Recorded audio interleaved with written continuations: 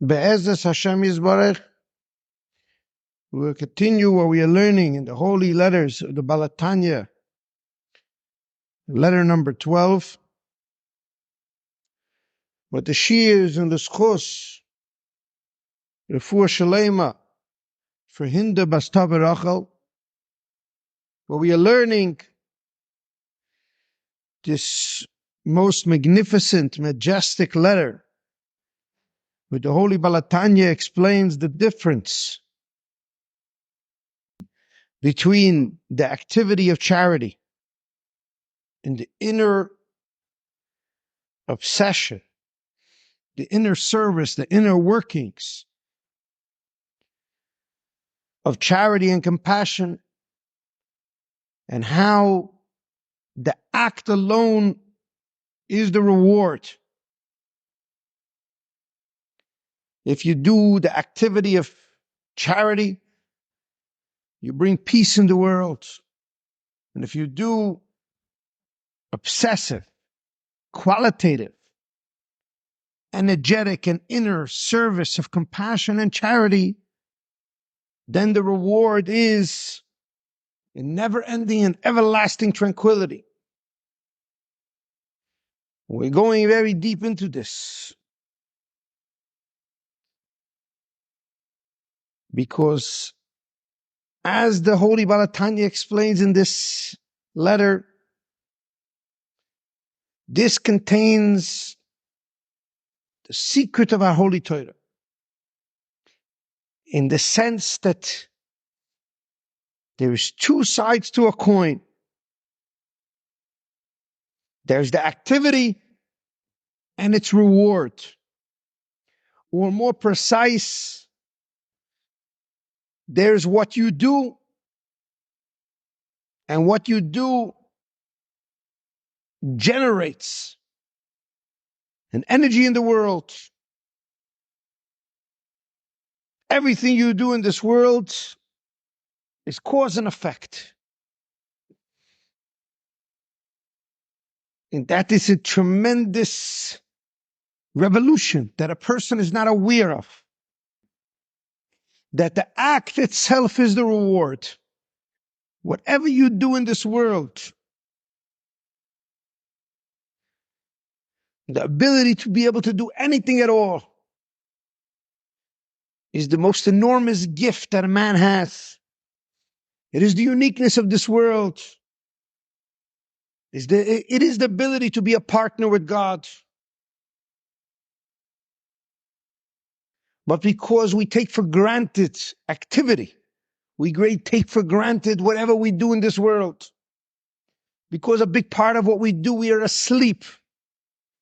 A big part of what we do is monotonous. We are not aware of the awesome freedom of choice. We are not aware of the awesome capabilities of controlling nature, of harnessing our own nature, sacrificing our beastly nature, of harnessing the tremendous energy that we have, of getting in touch with an infinite spiritual energy that we have. We are not aware that the activity alone is the reward.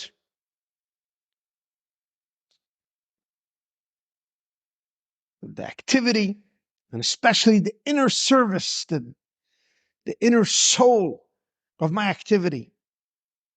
Meaning to say, if I do the activity of kindness, I've already changed the world. And if I do kindness that's full with compassion, where I'm fully there, I'm fully present, my heart is there. If my heart is in the charity, where is your heart? The core of man is his heart. Not only his heart, the right side, but also the left side, the feeling of the heart, the liver. What the Holy Kabbalist explained, the experience of man. The feeling where it's felt throughout the whole entire body. From the left side of the heart, all the way to the liver. Which is the experience of man, the malchus of man. Where every fiber of my body, whether I'm a man or a woman, is filled with the energy of my heart, with the fresh blood of my heart, with the feeling of my heart, with the love and feeling, the awe, to be thunderstruck by humanity, to be thunderstruck, to be in a state of awe of the majesty and the magic of life, to see the newness of this moment right now, tremendous sense of experience. Not my heart here is a lustful experience, what I can get to gratify something else. Where my heart is fragmented, it's levavchem, it's a surah achrei anechem. I'm running after the superficiality of life. But where every fiber of my being is filled with the experience of my kindness. So there's to act, to charitably act, which means to change the world, to be selfless. And then there is the avodas hatzedakah, which is the inner dimension, which is, where is your heart? My heart is in the act. My heart is here. Means libi air. My heart is awake. What does this mean practically? When we say, where is my heart? What does it mean? Does it just mean to have a wakeful experience?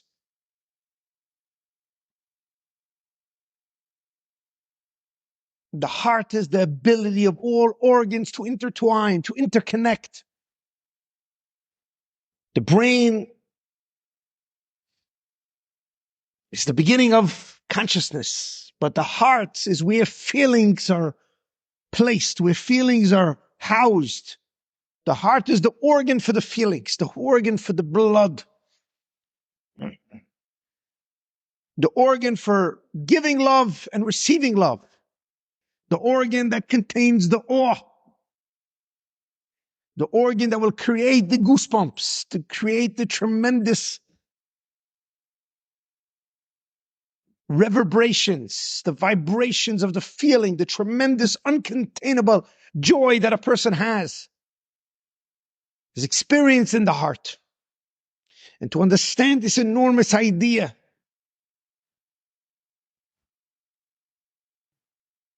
to give charity with the heart, to understand this enormous, magnificent idea. And why is this the secret of the Holy Torah? And we talk about this for a long time, but to be able to see it in its panoramic state, to be able to see as we span through the whole entire history, what is God's purpose with this world? We see an enormous concept, which is that in this letter, he talks about activity and obsession. He talks about the body of the kindness and the soul and the body together of the kindness, which is kindness on its own or kindness that's obsessive, that's full of heart, full of goosebump energy. Now, what is the fundamental difference between these two? And that's what we say. He keeps on explaining in this holy letter that the reward of your obsessive compassion is going to be that you will have a godly compassion. Godly compassion. There will be a love and a fear. First, he says it will be an emotional intelligence, a godly emotional intelligence will rain down on you. And then he says there will be a deep sense of compassion over you. And in that space, your ego and your body and your soul, they will all be completely cleaned out of each other. There will be no more fragmentation. That is the ultimate reward that he describes in this letter. You will taste from the Messianic era in the sense that your corruption, your impurities, your brokenness, your fragmentation, your trauma, your ego will be separate from you. Why is that the greatest reward? What does that have to do with obsessive compassion? How is it two sides to one coin? And over here we see something most majestic. And that's why we keep on going back to the sin of eating from the fruit of knowledge. When they ate from the fruit of knowledge, they got a separate sense of self. What was the knowledge that they experienced? I know myself. I am different than you. Until they ate from that fruit, they didn't have a separate sense of self.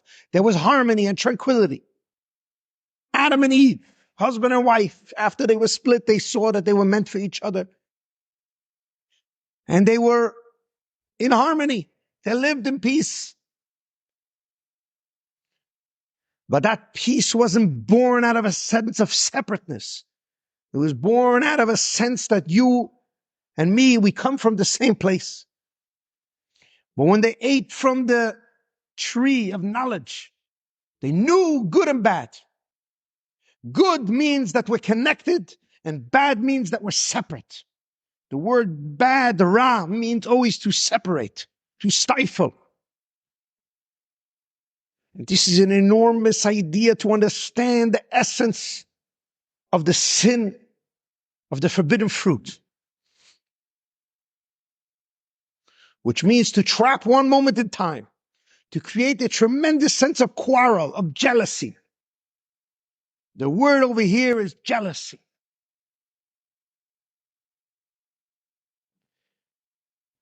The one thing that was created by eating from the fruit of knowledge was a separate sense of self. Adam and Chava, each one seeing their own greatness and humiliating the other one with that greatness, not intentionally, but by the mere fact that I see you as separate than me. I see you as a threat. I see you as different. And over here starts an automatic battle where you create an imbalance in me and I create an imbalance in you. If I see you with your qualities, then naturally my inclination, my intuition is to right away think about my qualities. And which one is better? And can they both coexist? And the competition of jealousy starts. Where the holy Kabbalists explain, the Chassidic masters, the sages say, the jealousy of scribes creates tremendous amount of knowledge. Eating from the forbidden fruit, eating from the fruit of knowledge, is the knowledge that was created through jealousy. There was a knowledge of myself, which means I see what I bring to the table, then I'm looking at what you're bringing to the table. Because I'm focusing on what I am, I'm focusing on what you have. And when we focus on what we have, we don't focus that we are each other. We create tremendous jealousy. And in that space, Adam saw Chava was more beautiful than him. And it woke up his strength. He wanted to conquer her. And Chava saw in Adam that tremendous strength and the soul power. So Chava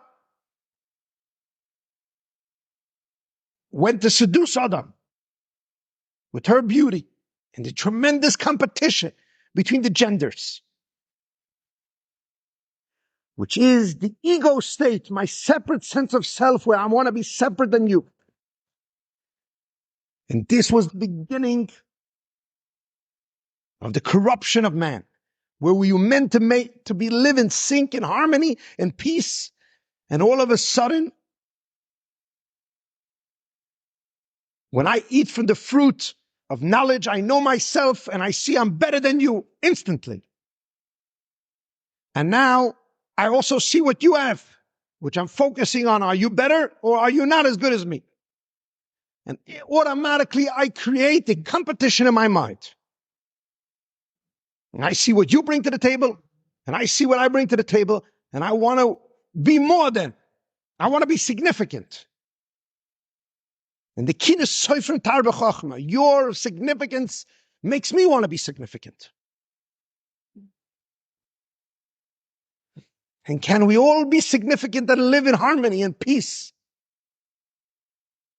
That is the secret of the Holy Torah. What you hate, don't do to your friend. You don't want to be insignificant. And this is the whole entire problem with the beginning of the sin of the Chet Tzadas. This idea that we say we're still in Golos for sinas chinam, baseless hatred. This didn't start. This didn't start by the Jewish people. This started by the Chet Tzadas, the tremendous baseless hatred for feeling insignificant, for wanting to be significant, which then it takes a life of its own. And to understand the gender wars in its holistic place. What does this mean, gender wars?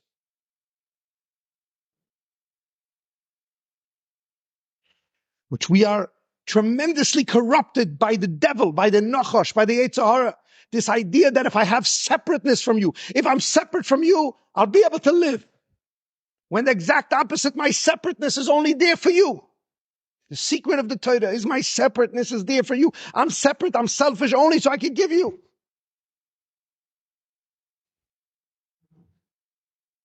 And that is the enormous idea that Chava woke up and she saw, after she ate from the knowledge, she saw she was different than Adam. Which cosmically, that reflects the Jewish people. It reflects Adam and Chava as opposed to God. Adam HaTachton, Adam Elyon. We see we're made in God's image and God's likeness, but we're different than God. And does that separateness mean that we should build our own life now? We should make our own identity, a self-made woman, the woman of God? Or is my separateness only so I can become one with Davak, Bi'ishtoi, that we should become one, we should become one unit. Our separateness is only so we should become one unit. I made you separate, so it should be Ezer Klenegdoi, so we should be able to challenge each other and bring out each other's qualities and be there for each other. This is the enormous idea of the whole entire Torah. Because they failed miserably. And we are fixing and picking up those pieces. We are all a product of that corruption. And men and women have been battling ever since. Because man and woman is just a metaphor. It's a metaphor for God and the Jewish people. It's a metaphor for you and your spouse. It's a metaphor for you and your friend. It's a metaphor for the rich man, poor man. It's a metaphor for soul and body. It's a metaphor for heaven and earth. The masculine element and the feminine element. Who is giving? Who? Who is better than who? Who is more significant? And ultimately, the idea is that if you're receiving, you're really giving. And if you're giving, you're really receiving. And that is the birth of compassion. And to understand this in its significance, to understand Abraham, Yitzchak, and Yaakov, why were they the fixing of Adam and Chava? To understand this with every fiber of your being is to understand the whole entire Torah, to understand why compassion must become your obsession. Because Avraham represents the soul. He represents Adam Rishon. He represents God. He represents Adam as opposed to Chava.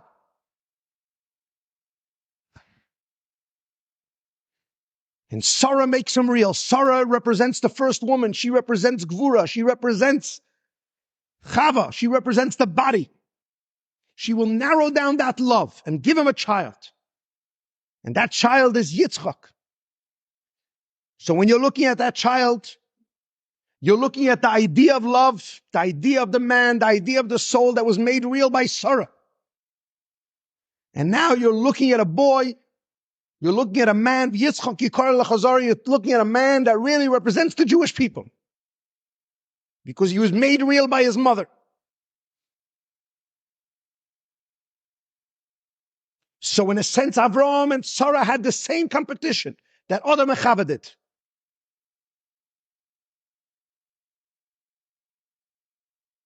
Sarah took Avraham's energy, which was love, and he made it real. She turned him into Yitzchak. Yitzchak was Gvura. She was Gvura. Yitzchak was never supposed to even have children. He was with the feminine element. And now Yitzchak, who's Gvura, who was birthed from Avraham. Because Avraham was married to Gvura. This is a very deep concept. Yitzchak now marries Rivka. Rivka is chesed. Rivka's kindness. She was tested with kindness. She's going to take this gvura and she's going to make him real. She's going to take Yitzchak, who is the feminine version, where a man and woman make peace, because on one hand he's a man, but he represents a woman. But it's not enough. Now Rivka has to come and she has to make Yitzchak real. And when she makes Yitzchak real, 2 children are created in her belly. Esav, which represents the Nachash, which represents the story of the sin of the Chet Eitzadas all over again. And then the pure Yaakov.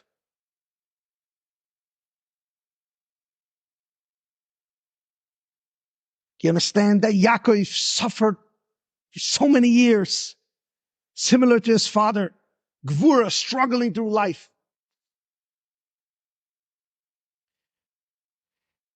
And then one moment in time, he gets in touch with Yisrael. One moment in time, he beats the Malach of Esav. One moment in time, God names him Yisrael.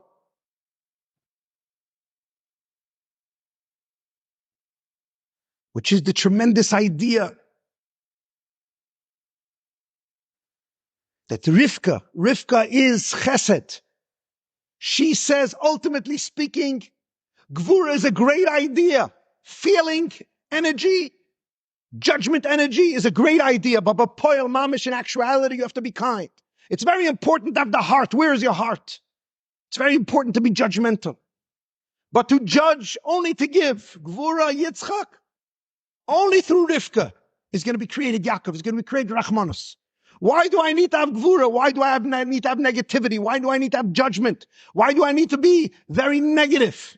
And the answer is to be negative on yourself so you can be positive on another person. To feel with tremendous empathy, with emptiness, somebody else is suffering, and to ask yourself, why is he better than me? And to see this in its enormity.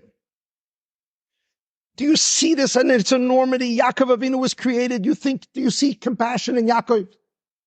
Of course you see compassion in Yaakov. Look what happens. Yaakov marries 2 women. He's destined to marry Rachel. Yaakov is the most beautiful. He's born out of Abraham and Yitzchak. He's born out of Sarah and Rivka. He is chesed and gvura combined. He is compassion. He is the most majestic. His face looks like Adam Arishan. And then he's destined to marry Rachel. Rachel is the most beautiful woman, like on the dates you meet, the most perfect. But Rachel is going to make Yaakov real. She is compassion. You think Yaakov's compassion? Rachel is compassion, because Rachel was destined. In this week's parsha, it says Rachel was the main wife. Why? Because Rachel said one thing and one thing only. I cannot bear to see the jealousy. I cannot bear to see the shame of my sister in the morning when she's going to wake up. She took the idea of compassion and she made it real. She took the idea of judgment. Why am I better than you? What does compassion mean compared to kindness? Kindness means I'll just give you. Compassion is to ask yourself all the time, why am I better than you? That's the secret of the Chet Eitzadas, to fix the Chet Eitzadas. If Adam and Chava would have just asked that question, there would have been no shame. There would have been no nakedness. Not to ask to see what I'm better than you, but to ask, why am I better than you? And automatically, instantly to say, I'm here for you. I'm not better than you. I'm only here for you. The only better that I have is just to give you. My only significance is for you. And that is the tremendous secret Rachel Imenu had. And she gave up everything. Her whole future she gave up. 7 years her husband had to work again just for her. She gave Leah. She gave her womb. She gave everything because of the tremendous shame, the tremendous compassion. You think Rachel is beautiful. You think Yaakov is beauty. You think Tferes is beauty. Why is compassion beautiful? Why is Tferes beautiful? Because I suffer with you, because I eliminate boundaries. The true beauty is to eliminate all boundaries, not to feel better than you. Chesed, Gvura. There's a competition. There's no competition in this tranquility, in this harmony. Rachel removes all competition. Do you understand the essence of this parsha? Yosef HaTzadik makes peace with the brothers. Lemichir Shalchani said, I was here only for you all the time. My birth, my existence, my wealth, everything is because I am the heart of compassion. I am the heart of charity. Yes, there was Avraham who was very charitable. Yitzchak was very charitable. Yaakov was very charitable, but my mother Rachel, she made it real. Charity with compassion, obsessive. Where was the heart? Where's the feeling? Did it eliminate jealousy? Yosef HaTzadik eliminated all forms of jealousy. You think that you miscalculated. You understand the tremendous shame, the tremendous, when they realized that Yosef was all about compassion. But even that, the brothers mistook. But in this week's parsha, he makes them feel good. Even that, he takes responsibility for. Do you understand the tremendous idea? Imagine you going through life, and anybody who you see that's empty, less than you, you never get up, you never ever judge them. You never think that you're better than them because you say, I have only to give them. And to have tremendous compassion, tremendous feeling for their emptiness, never to judge them, never to compare yourself to them, to eliminate comparison. The whole Torah was given to eliminate comparison, to transcend our beastly nature, which is our bodies, to understand that I am here for you, I am here for my children, I'm here for my spouse, I'm here for the poor man. Why am I better than you? Why is that poor man at all? That's the holy Balatanyas wants everyone to be frustrated by this idea, to be obsessed with this idea. Like he says in 6th letter, holy letter, to ask yourself the question, why am I better spiritually? Why am I better physically? Why am I a man? Why do I have anything? Any form of wealth at all? And to engender a tremendous sense of shame, which is compassion, which is riddled with an infinite energy of goosebumps. And every Jew can do this. And when we get in touch with that energy, we bring down compassion on our soul from God. And in that space, our bodies stop to separate us. They connect us. Where I become sensitive to you, intuitive to you, empathic to you. I can feel your suffering. And I have a different body. But the way he says in this letter, I pushed it to the extreme. Obsessive compassion. And Rachel did it for one moment. One moment of time, she switched. She gave the samana to her sister. That's what a woman is. That's the feminine energy. She made the beauty. She made the whole body. She was metaken the chet tzadas. She made Yaakov Avinu real. Yaakov was an idea of compassion. Rachel was the fact of compassion. She gives birth to the child who's compassion. You think I'm better than you? I'm here for you. You understand the enormous, it looks like Yosef's more beautiful. He's better than, it looks like Rachel's more beautiful than Leah. No, my beauty, my wealth is only for you. That means to be obsessed with compassion. Be obsessed with compassion means that there's no difference, poor man or rich man. That means Yaakov makes peace between all the genders, male and female. He makes peace between all of them. Avram and Yitzchak and Rachel and Sarah and Leah. He makes peace between all of them. And that's why it's extremely important to have Rachel. Because Rachel is the beginning of compassion. She eliminates the jealousy that could be from her sister. She's the wealthy one, but the real wealth, which means to be wealthy in compassion. My heart is here. And if my heart is here, then my wealth is only here for you. Then your wealth is only here for me. And in that space, we are mitaken the chet tzadas. We fix the sin of jealousy, the sin of competition. The reason why we're still in Golus. Do you see now why he says the act is the reward? If it's activity, you'll bring peace. But if it is obsessive compassion, there's a never-ending tranquility. It's everlasting. Because husband and wife then were made for each other. Because the rich man was made for the poor man. And in that space, the poor man is giving the rich man. In that space, you have eliminated all issues. Do you see the tremendous peace that Rachel makes with Leah? That she makes between Yaakov and Yisrael? That she makes between Avram and Yitzchak? That she makes between Rivka and Sarah? You see the tremendous, because she took from the fact that she was more beautiful and she couldn't bear to see her sister wake up in the morning and not be married to the man of her dreams. And that's why the product of Yosef is Yisrael. The product of Yosef is beauty. But the product, Yosef, Yosef is pius. Yosef means to comfort. Yosef, the word Yosef means mephias, to comfort, to take away your shame, to eliminate jealousy. There's a tremendous difference between giving charity and obsessive compassion. Obsessive compassion is my heart is here, which means my heart is bent on eliminating shame, eliminating jealousy, eliminating that I'm better than you. I'm here for you. And if I make you know every moment that I'm here for you, there can be no shame, there can be no jealousy. And that's basically the tikkun chet etzadas. So he says in this letter, the reward is that you will have no more ego. Your ego will know its place. You will have tasted from the Messianic era. You will live a life that the corruption of the chet etzadas will start to obliterate from your own body, from your own consciousness. And to describe that type of life is an impossibility. It's either you taste it or you talk about it. That's what the Holy Balatanya is focusing on in this letter. To make it real means avoid the tzedakah, to be obsessed with compassion, which means to be bent every moment to eliminate jealousy and hierarchy. To always ask yourself, why am I better than? Just like Rachel did. Why should I be the one? And in that space, she gave it away. And to do that even for one moment in your life is the most magical thing in the world.